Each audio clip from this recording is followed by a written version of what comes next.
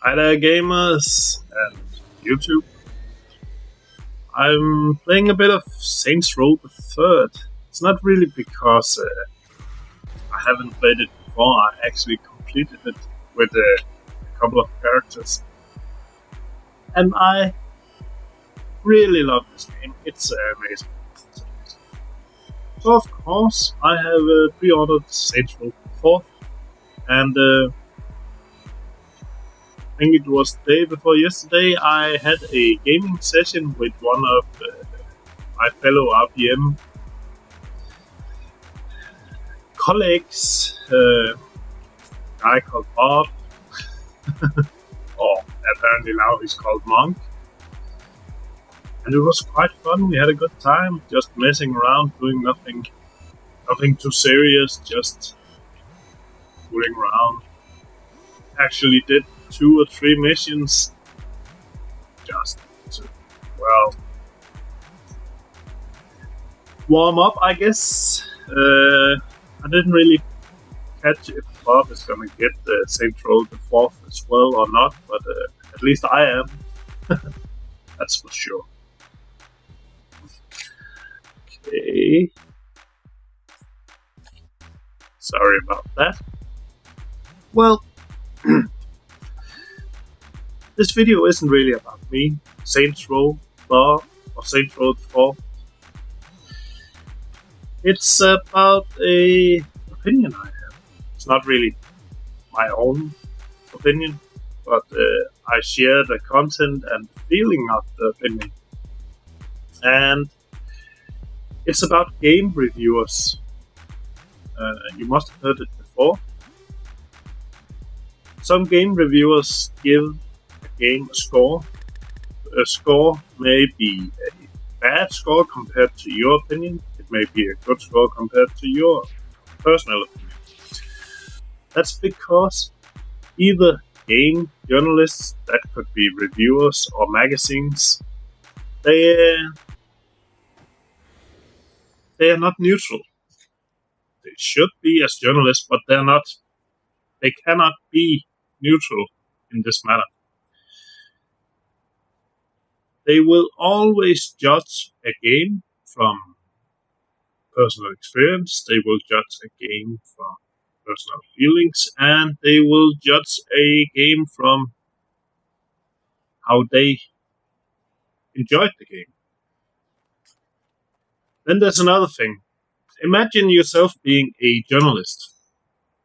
You were given this game, let's say it's Saints Row the Third, by your editor. And he says, you have to review this game, and I expect a good review. Okay. So, and remember, this is before the game comes out. You have the game as one of the first people. Well, after the beta testers, but before the actual release. And you're about to write this review.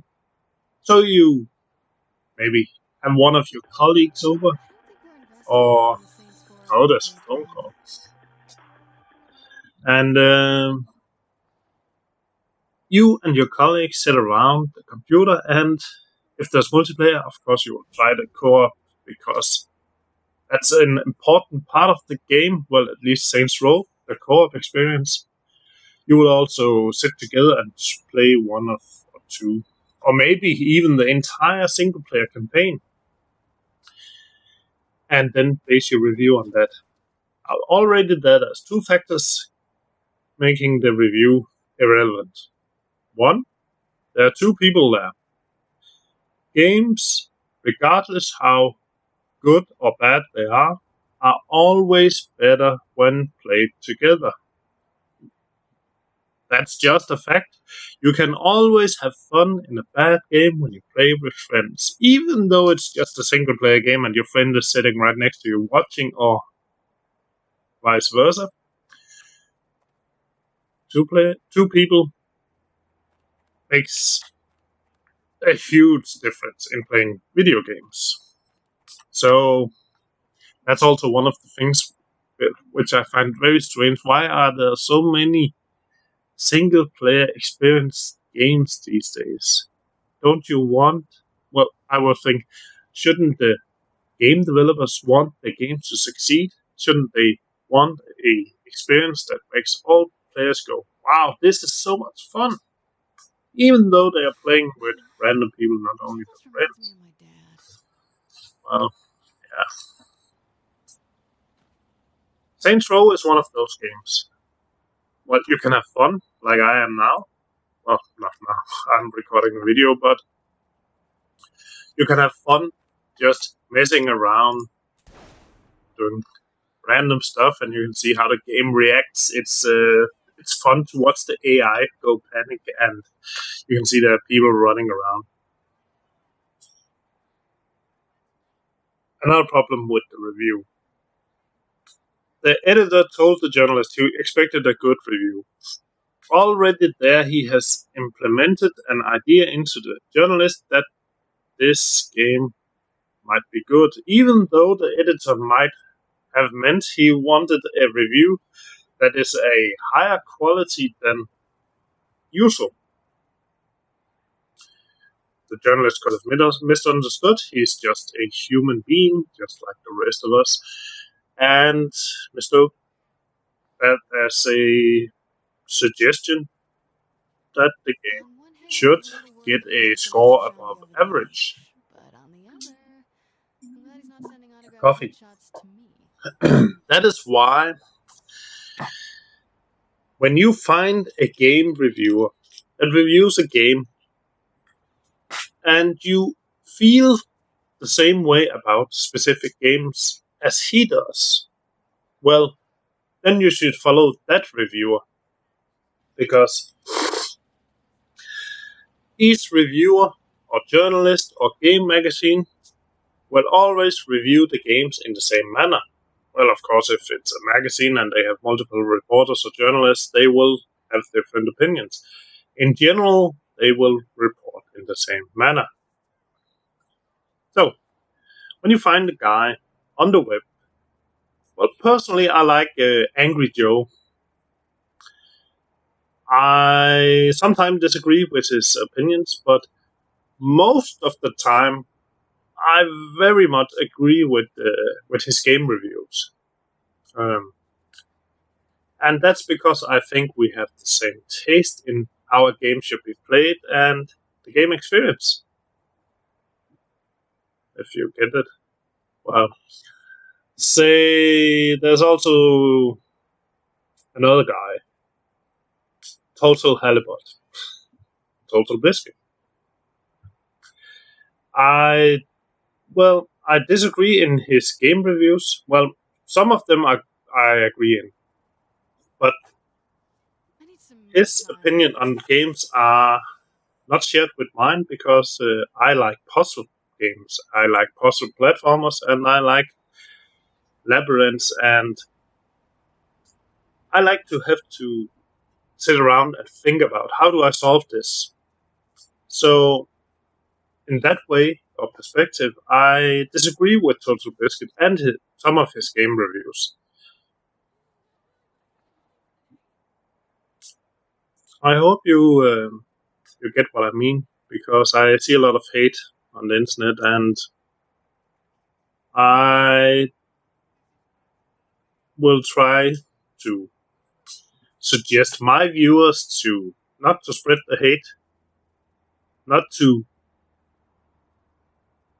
give all that hate on the internet to other reviewers, because it's not really necessary, and it doesn't bring anything but hate right back at you. But what you really want to do is find the game reviewer that reviews a game similar to what you have done. Then you can review the videos or texts, reports, whatever he gives, editorials, and you will get an idea of the game that he reviewed, and then the score will be correct. And that's the only time you can use a score for anything. So, game scores is personal, but you can share the score with other people who has the same point of view as you. Well, a lot of rambling in this video. Not so much killing.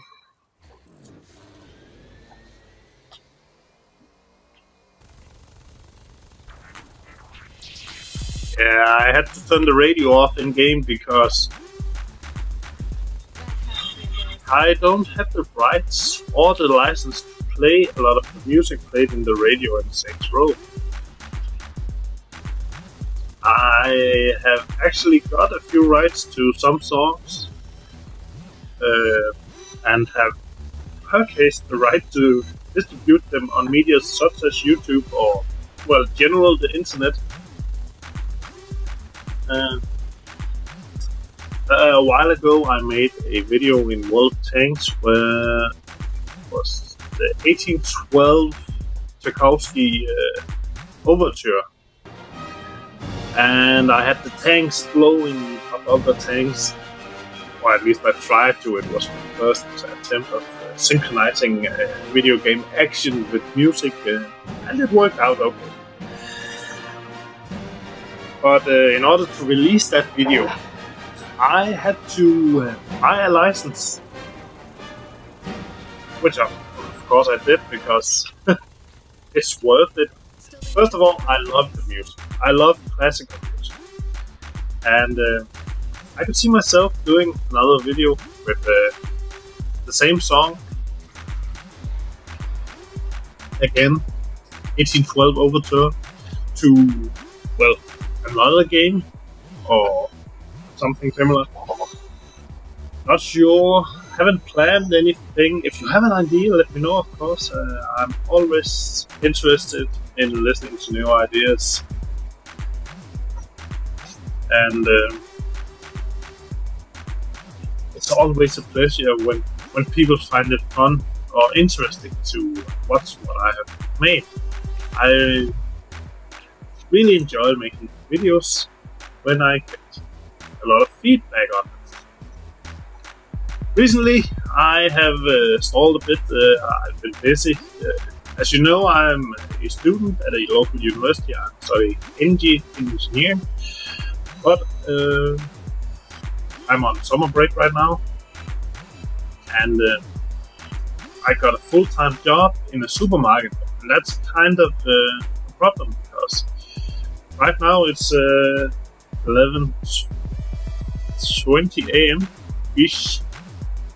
And sometimes I work in the morning from 8 to 4. Sometimes I work from 4 to 10 because the store closes at 10 or 10:15. And sometimes I work from 4:30 in the morning to 3 p.m. Yeah. But luckily, we're soon done with that. School starts again, or going back to study at the university. And I should have more time again to make videos.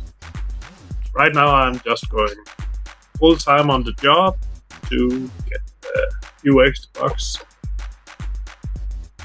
to make everything go a bit more smooth.